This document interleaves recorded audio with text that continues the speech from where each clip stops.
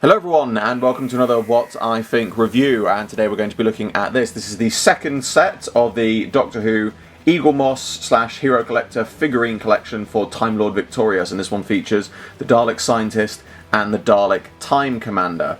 Now, before we get into looking at the figures themselves, I just want to say that if you haven't seen my first review of the first set, please go and watch that first, because in this video I am likely to refer to several points where I said "as I mentioned in the first video," and the reason for that is because, as I said in the first video, I don't want to keep going over the same criticisms again and again, because there were quite a few, unfortunately. But I wanted to find them all, as many as I could in the first video, and talk about them there, so I wasn't going over the same points in these later videos. So I will probably be referring to "as I mentioned in the first video," so if you're not sure as to what I mean in terms of the context of when I'm mentioning that, please go and watch the first video and you might get understand a bit more of what I'm saying. Second point, I would just like to make a very quick point regarding the packaging of this, which again, obviously in the first set I got was very poorly packaged. Whilst I'm pleased to say the box arrived more intact than the previous one, I am sorry to say that this has been packaged in very much the same manner. It's been packaged very loosely in a box with one bit of sort of, it's not bubble wrap, it's like the inflatable pillow sort of things. It's had two of them in it, and that's it. That's how that's been packaged. So, I'm sorry to see that that's continuing. It is something that I mentioned in the first video that is a shame, but it is still there. It is still an issue. So as long as it's still an issue, I'm going to keep raising it.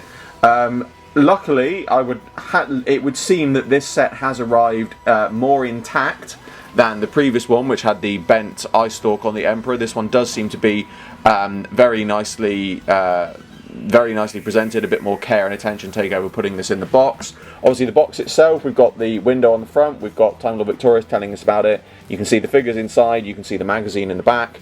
But if I turn it around to the back, we have here the back of the box, obviously, which has got some pictures of the new Daleks, a bit about the magazine, a bit of information at the top, but it's at the bottom where it's got information about the Daleks themselves that we find something interesting.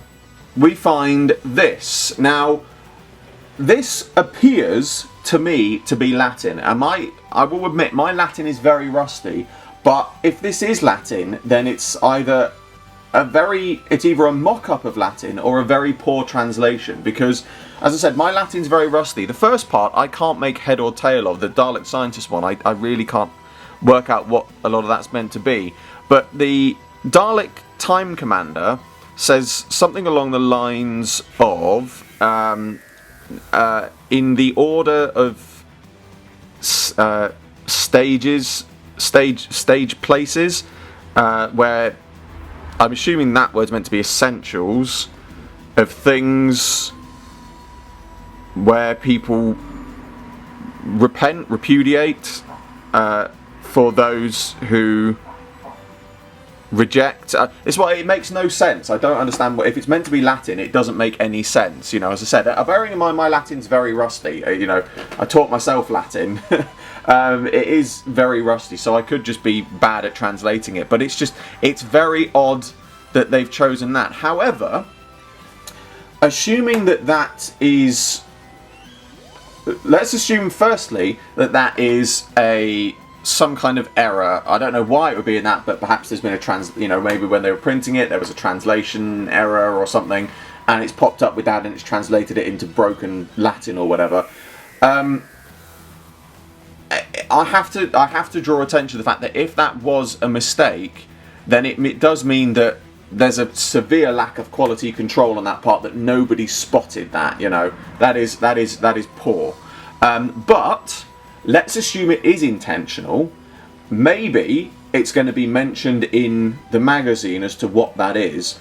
But if it is intentional, then if it's intentional, it's not mentioned in the magazine, then I don't understand the point of it, because it's not telling us anything. If you're going to do something, if you're going to make a reference or something like that, either have a translation readily available, hopefully there's one in the magazine, or give some indication as to what that is, because I can't work out otherwise why that would be there. You know, it is just one of those things that's worth pointing out, because I do hope it is intentional. I really do hope it's intentional, because if it's not, as I said, it means that's an insanely obvious quality control issue that has somehow slipped past.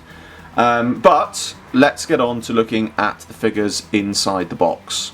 So here we have the figures out of the box. Very nice looking figures, very nice colour schemes on them. Obviously I've done custom versions of these ones you might not have seen yet, but obviously I've done a custom version of this. They look very good. Obviously they've got the same amount of sort of weight to them. They've got the detailing underneath, which is interesting, because for some reason the Time Commander's highlights are blue, while all the other ones I've seen so far are black, but it's interesting that that's there.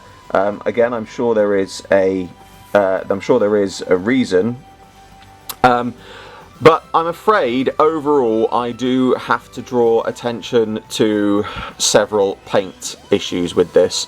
On the Time Commander, you've got a huge blob of black paint here, another one there, and again on the Hemis, you know, they've just been sort of very quickly, it looks like they've been painted by hand very roughly. There's lots of sort of blobs of paint just here and there.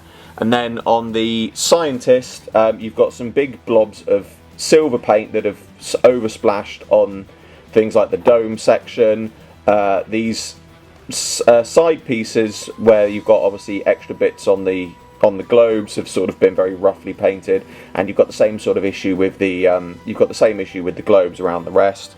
You know, again, I don't want to concentrate on that too much, because obviously it is something that I mentioned in the first one, but again, it's there, so I can't ignore it, that, you know, the paint applications on these are just very inconsistent, and it's a shame to see something which is, you know, meant to be it's a figurine, it's meant to be sort of higher quality than a toy, and yet we're still seeing this level of, for lack of a better way of putting it, shoddy paint application. It is a shame, but it, you know, on a shelf at a distance they're going to look very good. I'm going to keep them in the box on display, so, you know, you're not going to see a huge amount of that sort of, you know, issues with them. It is a bit of a shame about this paint mark on the side, simply because that's the side it's in the box, which means unless I painted that over, those marks are always going to be visible.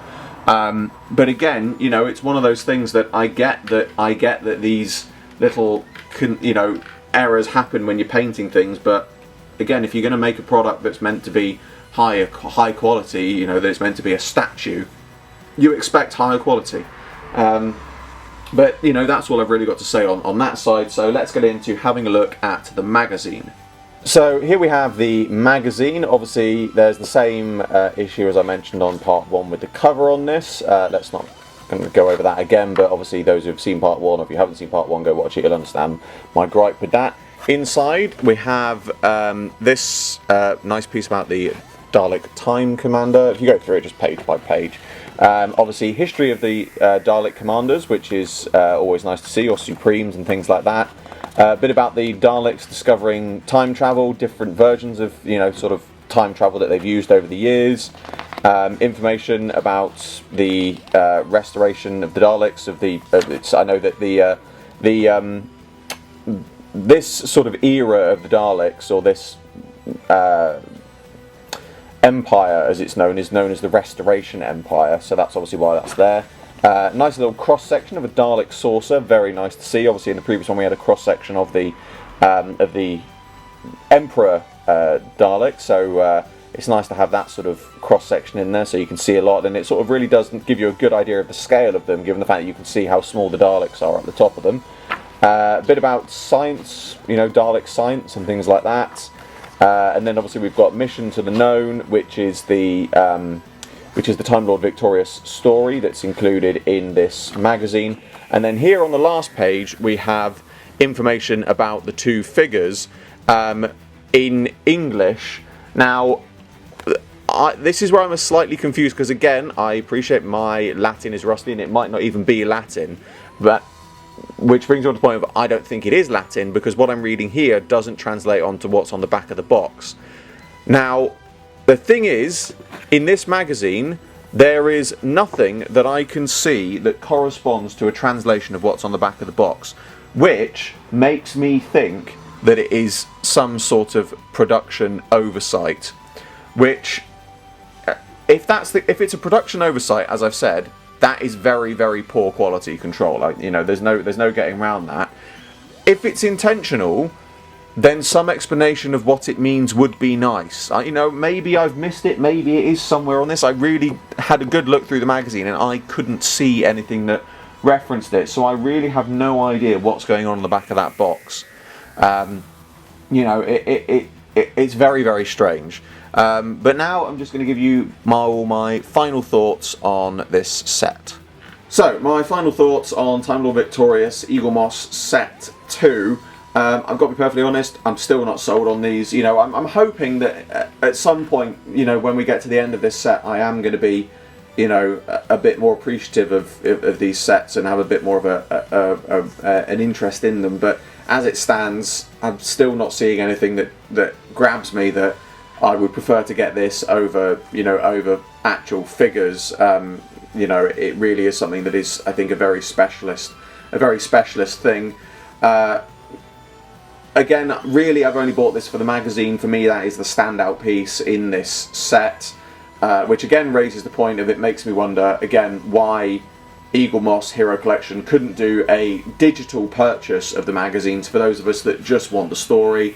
It would certainly expand their customer base more, because I appreciate that they want to sell the figures, but if they were offering the magazines as digital purchases, I think a lot more people would be interested, because that's realistically what a lot of people want to buy these sets for. You know, they're not interested in the figures, they just want the story, the TimeLord Victorious story, and so being given that in a digital format for purchase for, you know, 5, 10 quid, whatever they want to sell it for, I think would certainly interest a lot more fans.